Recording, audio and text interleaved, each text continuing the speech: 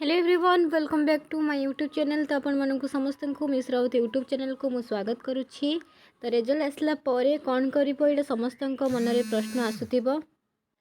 तो समस्त माइंड रे से गोटे कथा ही आसुथिबो रिजल्ट सरला परे माने रिजल्ट बाहर सरला परे आमे जानि सरला परे कौन करिबो ना सेति पई तुमको कौन करबा को पड़िबो पिला माने रिजल्ट आसला परे तमମାନଙ୍କର चॉइस फिलिंग करिवार अछि आ ग्रेजुएशन मार्क अपलोड करबार अछि। जो माने निज रिजल्ट देखिन स्टेट वाइड मेरिट लिस्ट ऊपर क्लिक करी निज रिजल्ट देखि परिबो आ जो माने रिजल्ट देखि सारछ तमମାନଙ୍କୁ तापर प्रोसेस कोन करिवार अछि ना तुम्हारा आईडी लॉगिन करिकी तुमरो जो चॉइस फिलिंग आ गोटे होची जो माने देइन एंट्रेंस जो मार्क अपलोड करना। ओके तो तुमମାନଙ୍କୁ कौन करिया को पड़िबो ना एक्जिस्टिंग स्टूडेंट लॉगिन ऊपर क्लिक करिकी आईडी तुमମାନଙ୍କ लॉगिन करिकी सेठी तुमମାନଙ୍କୁ ग्रेजुएशन मार्क जदि अपलोड करना ग्रेजुएशन मार्क अपलोड आउ चॉइस फिलिंग ए दुईटा अंग तुमको 3 रु 8 भितर करिवार अछि 3 जून रु 8 भितर करिवार अछि। एटा होची तुमମାନଙ୍କର रिजल्ट बाहर साइला परर प्रोसेस ठीक अछि।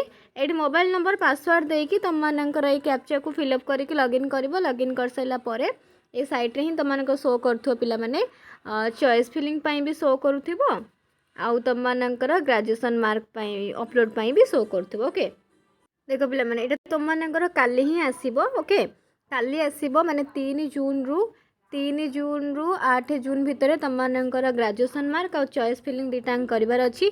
काली 2टा बेले 3 जून 2टा बेले तुमମାନଙ୍କର ग्रेजुएशन मार्क आउ जो चॉइस फिलिंग करिया पई ऑप्शन खोली जिवो सेटा कोठी शो करियो पिला माने सेटा तुमମାନଙ୍କର एटी शो करिवो ए जो अछि आ ऊपर क्लिक करिवो क्लिक कर सला परे एटी जेमती सब लिखा है dashboard print CF payment history help desk hall ticket सेमती एटी तुमମାନଙ୍କର चॉइस फिलिंग पई शो करिवो ता सहित ग्रेजुएशन मार्क अपलोड पई शो करिवो।